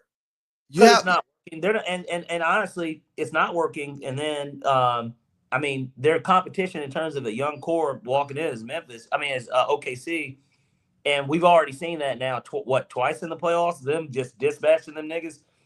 I, but I'm not mad at them for blowing it up. I think it's just at what cost. Like, what are you going to get? Is my but question. but hold on, dog. You're Memphis. You're in a shitty market. You have a superstar. Well, you can't fire the coach again. Well, you shouldn't have hired the coach that didn't want the superstar who makes the fucking money and gets you to the playoffs when he's healthy. It's not like Memphis was bad with Ja. Yes, Ja's health is a problem. And if you're going to move off of Ja because of health, cool. But you're not moving off of Ja because of health. Right. You fired your coach 9 games before the season ended going into the playoffs. Yeah. Bring in a nigga that doesn't like your star player and your star player doesn't like. And then you trade Desmond Bain. You already let Dylan Brooks walk because of the bad series, but look what the fuck he's turned into. Yeah, you know he's looking like a diamond in the rough for the Suns right now. Like he's going to get paid again. When we talk about two-way players, it's typically perimeter players. I know people say, but he hadn't been that great off. Like he wasn't great offensively with the Rockets in my opinion. I was saying like he's now turned into a top 5 two-way perimeter player. You know what I'm saying? Yeah. So he looked great offensively with the Suns. Yeah. So you had that in the building. You had Desmond Bain's 20 points in the building. Ja's not playing up to his standard. He's not getting his minutes. His percentages are down. And now you're going to move off of Jaren Jackson. You should try to build a championship team. Hawks should have traded Trey straight up for Ja. That's why I hated the timing of the Ja thing. It would have been a perfect match. Like Trey would have got to work a pick and roll with Jake. They did trade solid. They did. Now his MCL, they're saying they're going to reevaluate after All-Star break. He's done for the year. That's what that means. Because they don't want to lose their draft pick. But they did trade a solid. So I don't have any criticism for the trade unless we're going to say the Hawks are wrong for doing right by their biggest star since Dominique Wilkins. You know what I mean? So like the Hawks trade wasn't just about basketball. It's about, hey, we like you. This doesn't work. How can we help you make your life work and our life work? You know what I'm saying? Right. And you can dump the salary, open up the free agency slot possibly, or be able to make a trade. And so even if I don't like it, I see what's going on. But Memphis blowing up their shit and it being in a shitty market where you'll never get a free agent. Like Hawks, we may get lucky and get a Joe Johnson or old ass Antoine Walker. Like there are reasons why niggas don't come to Atlanta. It's not because they don't like Atlanta. It's because their wives don't like Atlanta. Right. You understand what I'm saying? Yes. Like I've hung out at the after hours with like adult professionals till 5 a.m. in Atlanta. You know what I mean? And it wasn't nothing crazy. So imagine millionaires. Yeah. But Memphis, no one's moving to Memphis unless they're in the Navy. Yeah, that is not or they work for FedEx or something. And FedEx is dying because, other companies are really taking over. Really? Yeah, but we'll leave that where it's at. We don't want to talk any further. Yeah, with Arthur. But I did have a bit of breaking news, not to cut into our basketball conversation. I know we got about 16 minutes, but Zach Robinson flying to Detroit to interview for the Lions OC job. Obviously, successful history with Jared Goff from his time there in L.A. I don't know what his capacity was because he wasn't a quarterback coach, I'm sure. Maybe he was. He could have been. He's probably like an assistant quarterback coach, I'm sure. But, like, just wanted to throw that out there because Rap Sheet just put it out there. And it's just like, get his ass out of here. Well, we know he's gone because he's allowed to interview. Britt couldn't interview for Dallas. So,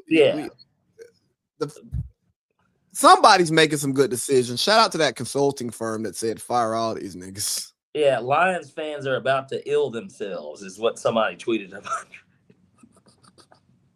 Hey, man, we say America is the land of the free and the home of the brave, but why does somebody have to say ill themselves instead of kill themselves on social media? Well, who knows? It could be one of those things where they don't want to get flagged, and then they're being filed because they're saying these words like But kill. but, It's but like, why are you being flagged for that? If free speech is a thing here and we now accept social media as a place to where we speak. I understand that you do not have free speech on social media. I right, understand. And I understand that free speech means you can't go to jail. right, But that is not the accepted societal standard. right. And especially when there's no actions behind the things that you're saying. You usually can kind of say what you want. And the fact that you can't say kill or you got to say YT for white when you're Yeah, talking about that white. stuff's weird. I don't understand why people do that. That one's Well, no, it's a algorithmic thing, but it's fucking up communication in the language because now people don't necessarily understand what other people are saying because they're not using the words that have definitions to describe exactly what's going on. all this Bro, started with LOL. I've got to stop watching all these fucking documentaries, dude.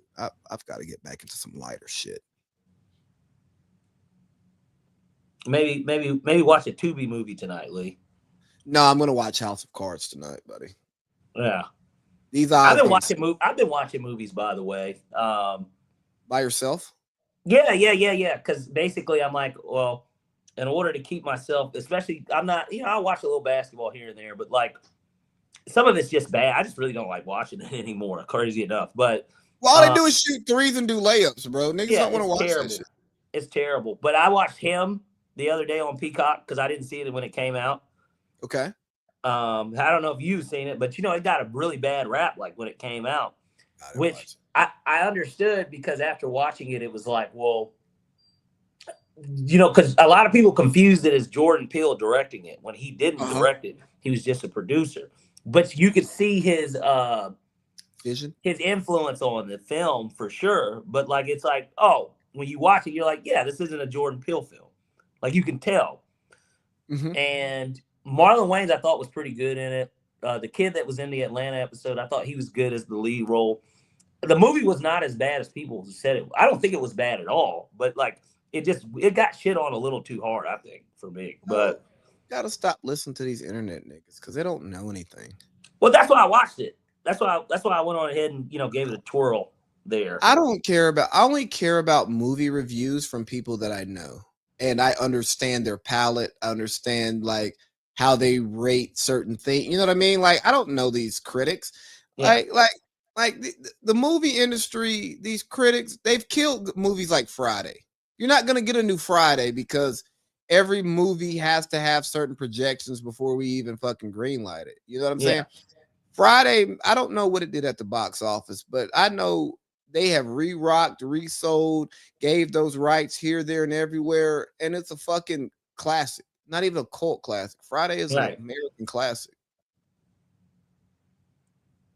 Like, how many people do you encounter on a day-to-day that haven't seen Friday? Not many. Certainly that are black. Not no, many, bro. I mean, even white people. I ain't saying they can quote it, but like we can. But they've seen it, dog. Yeah, it doesn't come up very much in conversation. But normally, you can at least, if there's a reference from the film of any type, you can tell who's seen it or laughs, and because they'll get it, they'll know. Nigga, bye, Felicia. Yeah. Bro, I ain't gonna hold you. I remember when I was in the you Marine got Corps. Knocked the fuck out. Yeah. That was really popular. I remember I was in the Marine Corps when Bye Felicia like became like a thing that people would say. Yeah. And I checked one of them young niggas. I said, "Nigga, have you seen Friday? You even know where that come from?" No, I just thought it came from the internet. Right. He's like, "No, sir." Like, hey, big dog, go home and watch Friday. Like, you need to do that. Hey, let's do this. We got 10 minutes. I'm going to run through the picks, and then let's get to whatever we want to freestyle about here for culture.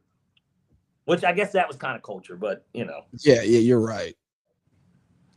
Ladies and gentlemen, it is time for Parlay P. NFL plus the college football national championship prediction. 666. That, let me tell you, Lee, that was pretty impressive what you just did there. Gentlemen, it's great. People don't but understand that I practice this more than I should.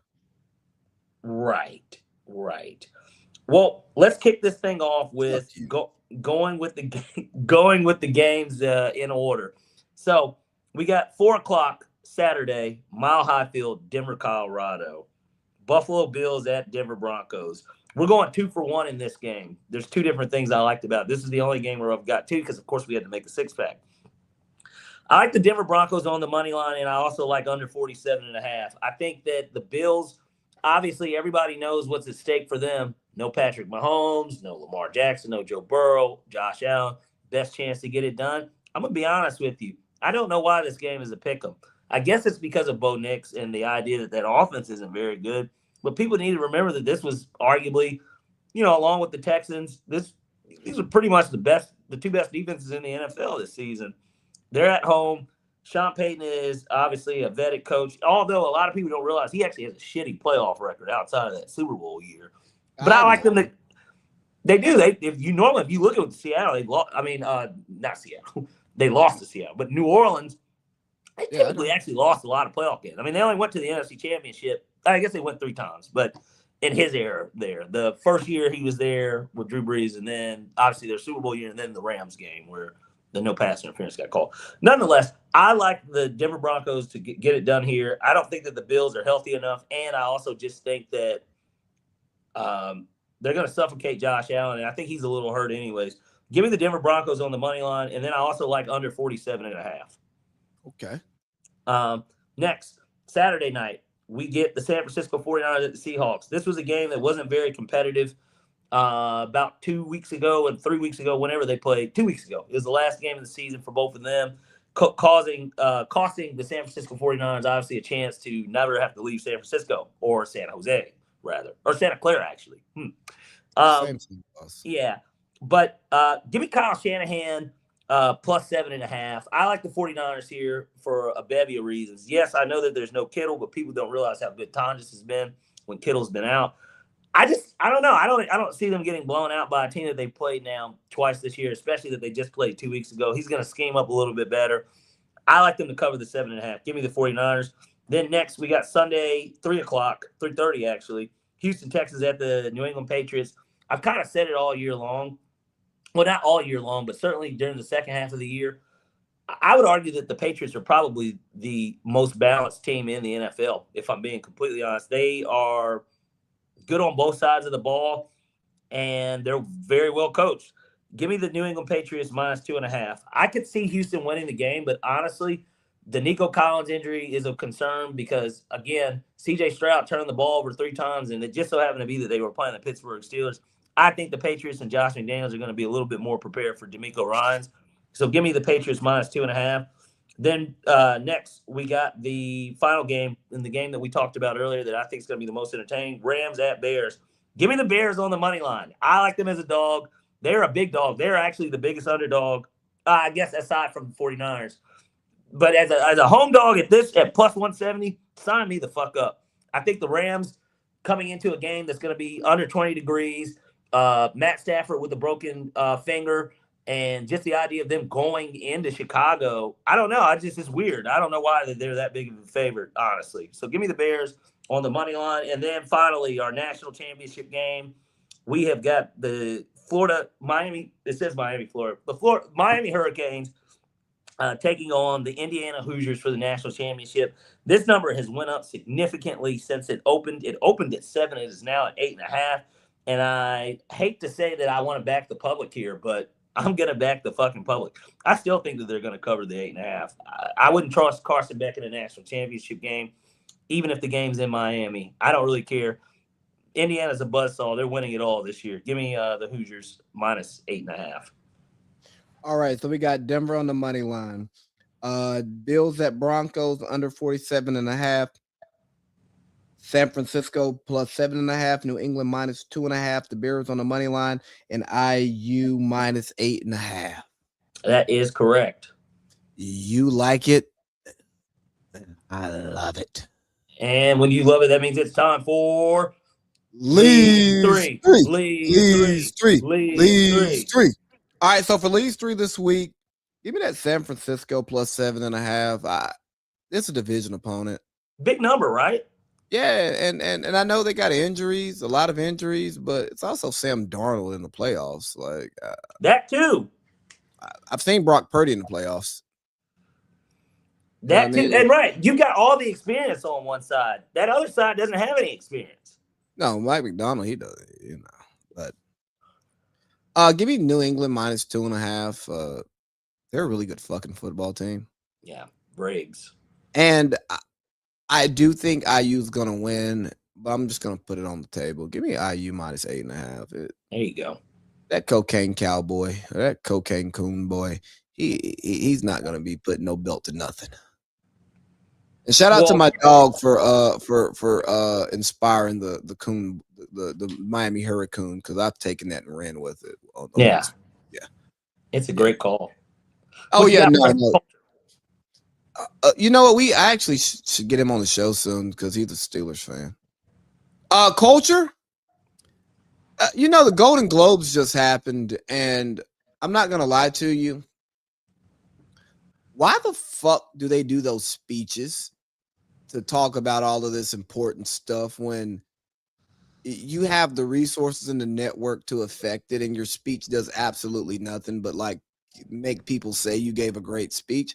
Celebrities just think they matter so much, like as human beings, and you only matter to the people who know you and love you. To the rest of us, you are just entertainment. And even to your biggest like super fans, they only love you for your entertainment. So like, if you're going to talk about action, be about action. I don't want to hear about you on a fucking award show that regular people don't watch, don't give a fuck about. Like, hey, nigga, I watched the movie. It was good. Hey, that motherfucker act their ass off. I like that. They were good. That's what matters to us regular folk. We don't care about your Golden Globes and how that makes you more money inside your industry. That just means we got to pay more money to watch a goddamn movie. Or subscribe to another streaming platform. Or they up the price. It's nobody cares. And like, for me, I didn't even see any of it. I knew that it happened, but like I haven't seen any. Me neither. On Twitter, the only clip that I saw was everybody talking about Ariana Grande and how she looks like a human again. Oh, good for her. She's getting clean.